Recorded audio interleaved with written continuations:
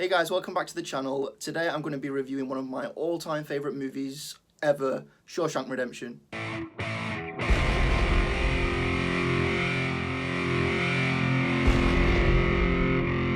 Shawshank Redemption is probably one of the most iconic movies of all time in my opinion.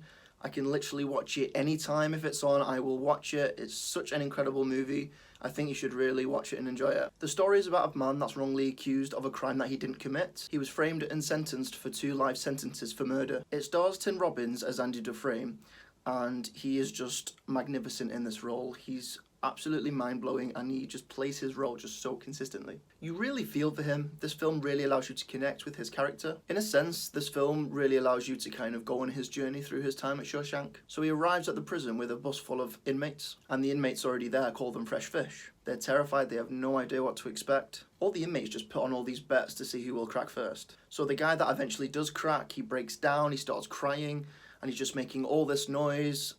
I mean, you would, especially if you're wrongly accused of a crime you didn't commit. You don't belong there, the system is all wrong, and you can only think what it was like in those days, seriously. The guards come along and just start severely beating him up because he won't shut up.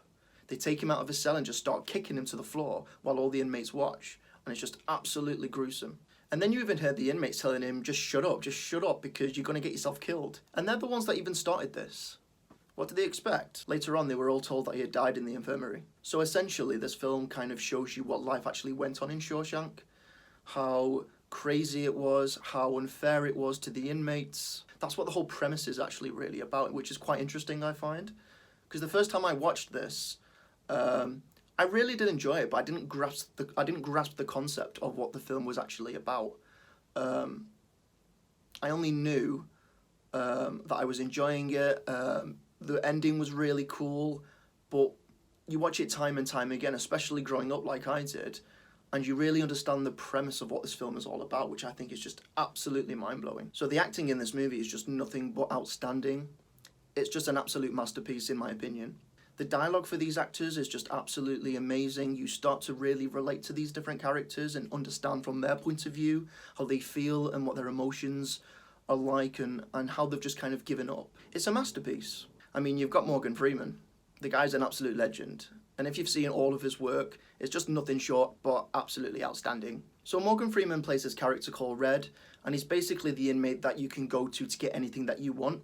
Anything that you need, Red is the person to go to. Him and Robbins just play together just so well, and you can really relate to both characters. They both are just amazing actors. I mean, both of them acting together is just absolutely breathtaking. Smash like if you think it's one of the best films of all time, because I do. But I think there was a lot of wrong conviction in those days, so I really do believe most of these people were just wrongly accused. But Shawshank Redemption, it just flows so consistently. You just forget the fact that it's 2.5 hours, and you're just so enticed with the story. So Andy is a quiet man. He mostly keeps to himself, which obviously that does make him an easy target. This kind of does leave him very vulnerable as well, so he's come to realise that the only way he can stay out of trouble is to start making friends. He spends most of his days reading and collecting rocks. So before Andy came to Shawshank, he was an accountant. So in Andy's time of need, he overhears the captain of the guards talking about his money problems. So Andy walks over to the captain and offers to help.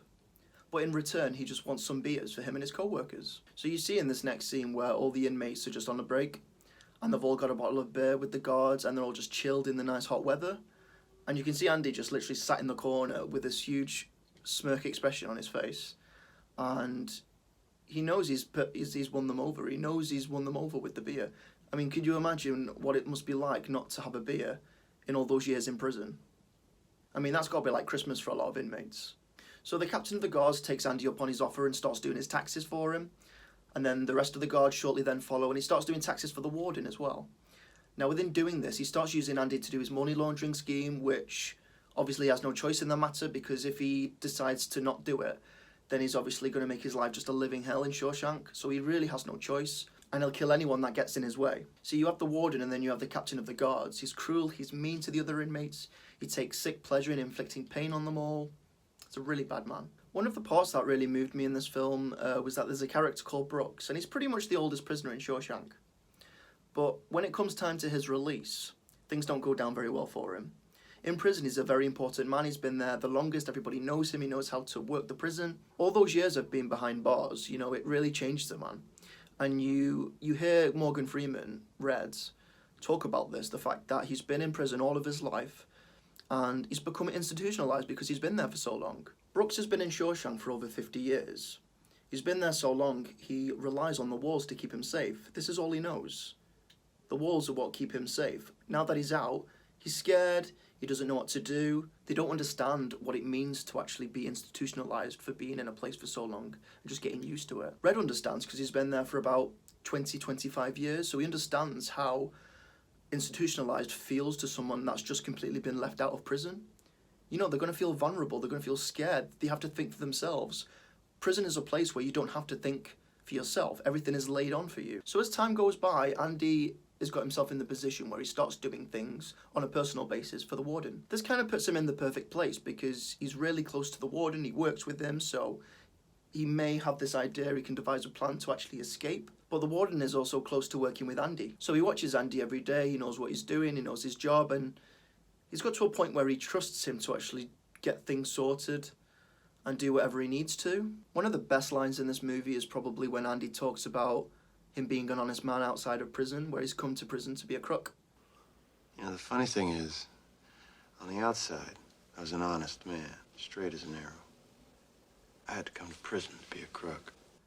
And I think you've got no choice. You know, he's a convicted man, literally there for the rest of his life, and you are going to try and escape, especially if you know that you're in the right and that you didn't convict any murders or anything like that. So why shouldn't he attempt to escape? I mean, the man's serving 2 life sentences. You are going to try and escape. And with his intel, with his know-how, he knows how to do that. And once more, he knows how to actually launder the money that he's been laundering with the warden, double-cross him so he can actually have it for himself when he gets out. And I know this is probably a bit of a spoiling review, but hey-ho, you should have watched it by now. This film is just a massive roller coaster. It's got plenty of ups and downs, and it just really throws you. Like, the ending is probably one of the best endings I've ever seen in a movie. It's just so well executed, and when I first watched this, I was like, wow, he actually did it. He actually escaped. If I were to rate this film, I would definitely give it a 10 out of 10. It's just one of those iconic movies that I could just watch over and over again. So anyway, did you see Shawshank Redemption? Are you going to watch it? Please comment below, let me know, turn on notifications, and please, please, please subscribe and like to the channel. Cheers guys, bye.